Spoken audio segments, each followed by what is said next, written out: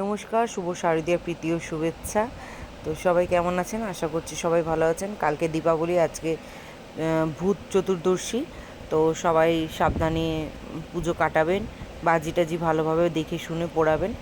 তো যাই হোক, যেমন ভাবা তেমন কাজ। ডালিয়া খেতে ইচ্ছা হচ্ছিলো, ওই জন্য তেল গরম হয়ে গেছে, জিরে ফোড়ন দিলাম, সামান্য একটু আদা গ্রেট করে দিয়ে দিলাম। ওদিকে যা ঘরে ভেজিটেবল ছিল সেগুলোই কেটেছি, আর ওদিকে চাল আর ডালিয়াটা ভালো করে ধুয়ে রেখেছি।